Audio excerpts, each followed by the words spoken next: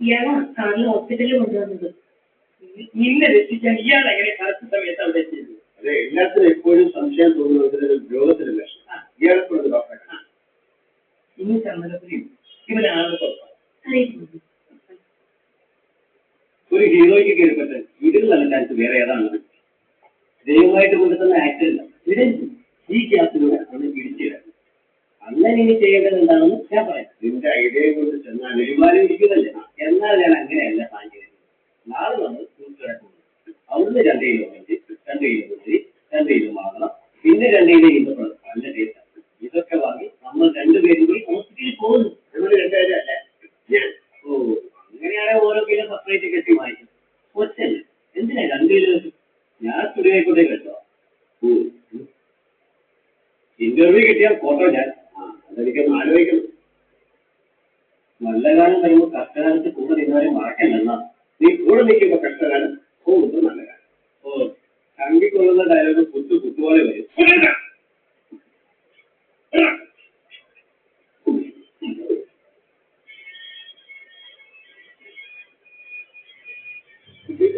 നീ ഇപ്പൊ നേരെ പാലക്കാട്ടേക്കല്ലേ? അതെ. ഉദ്ദേശിച്ചത് നേരത്തെ പണി കഴിഞ്ഞ് എത്തിയതല്ലേ? ഇനിയിപ്പോ 2 ദിവസം കഴിഞ്ഞു പോവാം. ഇവരുടെ കെട്ടയക്കുന്നവരെ ഞാനും ലീവാക്കാം. ആക്ച്വലി രാജസ്ഥാനിൽ കോളേജ് കട്ട് ഷോട്ട് ചെയ്ത് വന്നത് ഉമ്മച്ചി വിളിച്ചിട്ടാണ്. മോള് വയസ്സറിച്ചു. അയ്യോ ഒന്ന് തിരിച്ചു ഇപ്പൊ അതാ കാര്യം മാറി.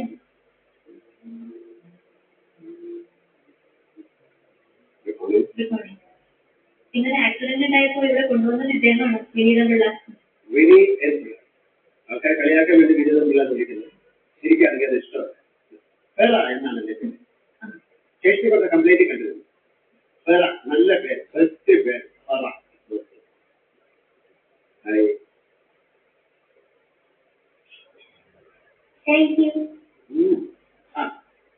ബില്ലടച്ചില്ല, ഡിസ്ചാർജ് ഇല്ല എന്നാണ് ഇന്ന് പോകുന്നതല്ല ഡോക്ടർ പറഞ്ഞത്. എന്നോട് അങ്ങനെയാണ്. ഞാനൊന്ന് അന്വേഷിക്കട്ടെ. എന്താ ഞാൻ അറിഞ്ഞിട്ട് ഒരാവശ്യമില്ല. ഇപ്പൊ അഡ്മിറ്റിലെ ഹായ് മോളോ. Hi hi.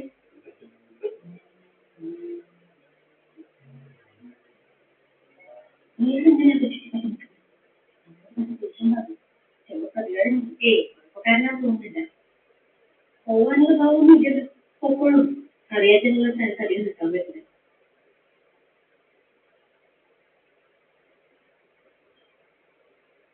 അപ്പോ വന്നിട്ട് കുറച്ചു നേരമായി. ദീപയെ കണ്ടല്ലോ അല്ലേ?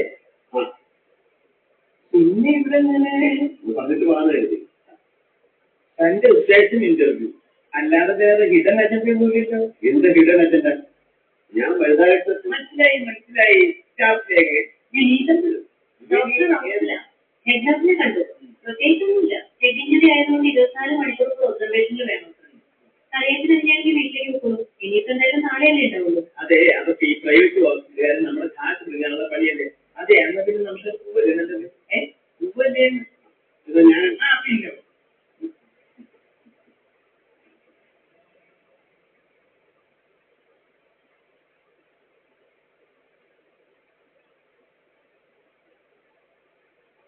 ഇതെന്ത് പോലീസ് കേസ്?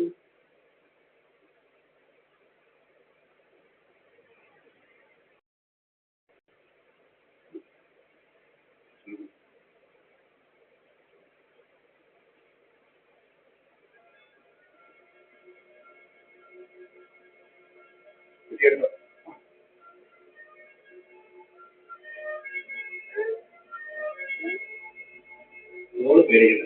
മോളുടെ അച്ഛൻ മോൾക്ക് ഇതൊക്കെ കേരള നല്ല രാജ്യത്തിലേക്ക് മാറ്റുന്നേ.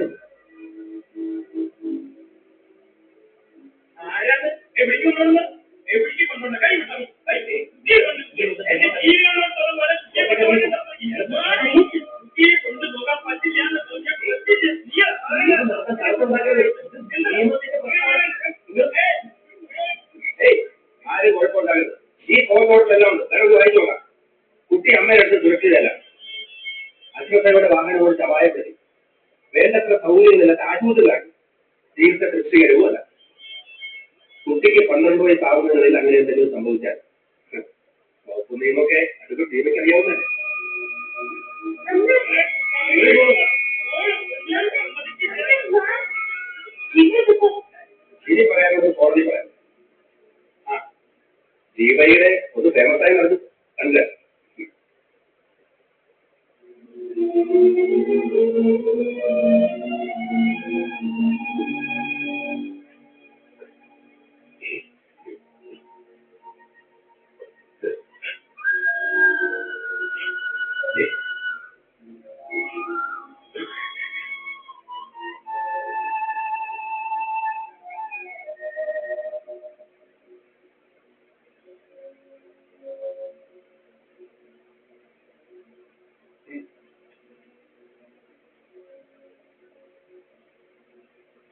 കോടതി വിധിയില്ലാതെ മോളെ നമുക്ക് തിരിച്ചു കൊണ്ടുവരാൻ കഴിയില്ല.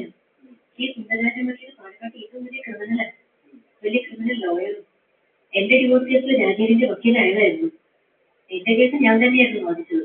അന്നത്തെ ഒരു കുശുമ്പ് കൂട്ടായിരുന്നു. നല്ലോണം ആലോചിക്കാതെ ഒന്നും ചെയ്യാൻ പറ്റില്ല.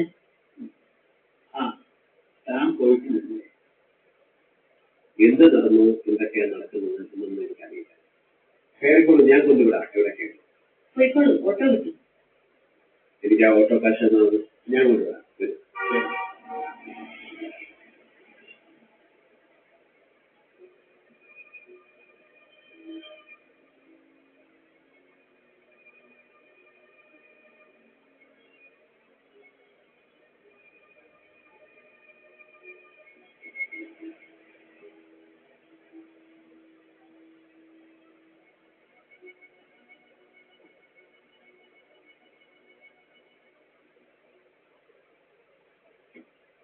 നമ്മളെ വീടെത്തി.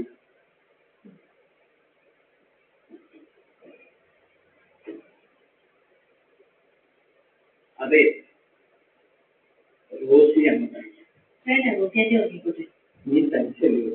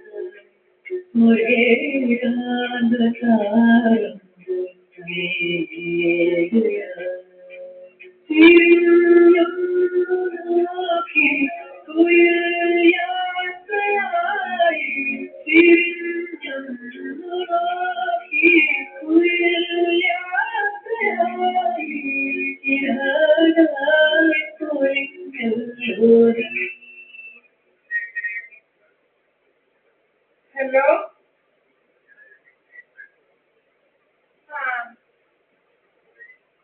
I didn't see actually.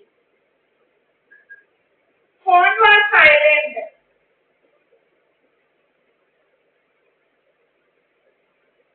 You will get irritated.